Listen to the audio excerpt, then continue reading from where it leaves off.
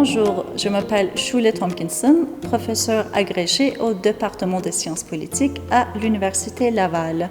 Je suis membre du CREDAC et en termes de recherche, ce qui m'intéresse en général est les relations entre l'individu et l'État ou même l'autorité publique. Et je mène mes recherches sur les tribunaux administratifs au Québec et au Canada.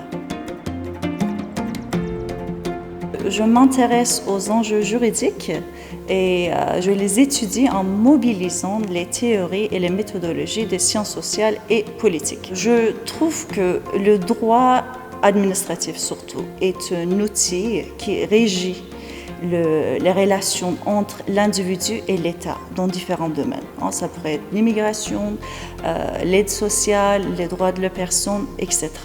Et puis, dans ce sens, on peut dire en fait c'est un type de droit qui a une conséquence fondamentale sur la vie des individus.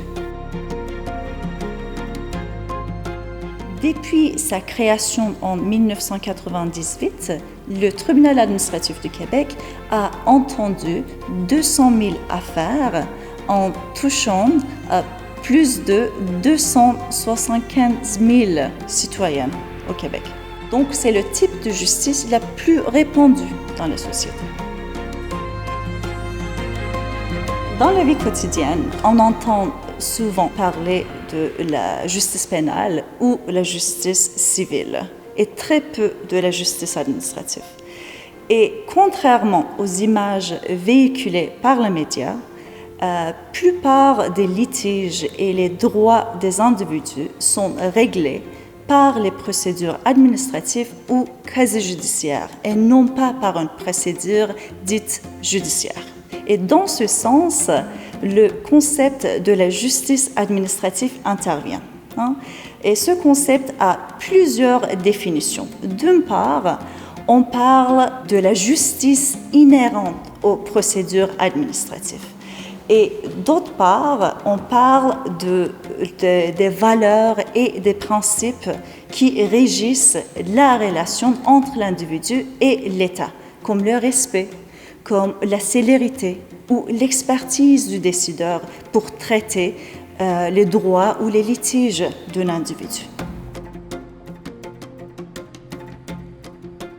Par exemple, quand un demandeur d'asile comparaît devant un décideur de la Commission de l'immigration et du statut de réfugié, il cherche la justice administrative. Ou quand un décideur d'un tribunal administratif revoit le critère d'évaluation concernant le rendement du tribunal, il façonne la justice administrative. Ou quand un citoyen veut formuler un recours à l'encontre d'une décision de sa municipalité concernant la déclaration que son chien est dangereux. Là encore, on parle de la justice administrative. Bref, c'est un concept extrêmement large et qui touche à la vie quotidienne des citoyens de près. Il y a plusieurs définitions de la justice administrative et puis sa conception a beaucoup évolué dans le contexte également.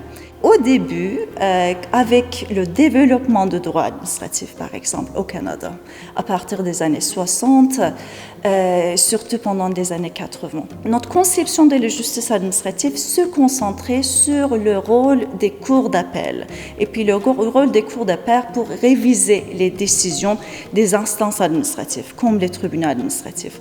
L'idée était d'établir la règle de droit au sein de ces institutions-là. Donc, on peut dire l'approche était plutôt ascendante. On se concentrait sur le rôle de cour d'appel et surtout la Cour suprême pour régler le fonctionnement des tribunaux administratifs. Parmi les premières formulations de la justice administrative, on parlait de la justice bureaucratique en fait, si on regarde Jerry Marshall aux États-Unis.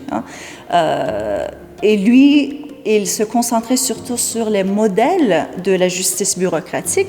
Finalement, l'idée est exactement la même, mais sa concentration était surtout sur la justification de décisions de l'État. Dans ce sens, lui, son argument était que l'État devrait être en mesure de justifier ses décisions aux administrés. Et puis, en fait, il s'agit parmi les principes les plus importants également au Canada, qui a été formulé par le jugement de la Cour suprême Baker, qui imposait aux agents de première ligne et surtout des décideurs des tribunaux de justifier leurs décisions afin que les individus qui participent à cette procédure puissent comprendre les décisions qui ont été prises. Mais maintenant, on peut dire que les chercheurs adoptent plus en plus une approche intégrée. On s'intéresse aux procédures, surtout la pratique de la justice administrative, par exemple, en étudiant les audiences de réfugiés pour comprendre en fait comment l'État construit si quelqu'un a le droit d'être un réfugié. Et puis également en regardant au rôle de différents acteurs, comme la contribution des conseils juridiques à la justice administrative, par exemple. Mais il y a aussi un côté politique des tribunaux administratifs et de la justice administrative, parce que finalement, les tribunaux administratifs ont légitimé, on peut dire, par leur expertise et leur indépendance. Et puis, plupart du temps, les tribunaux administratifs entendent les recours formulés à l'égard de l'État.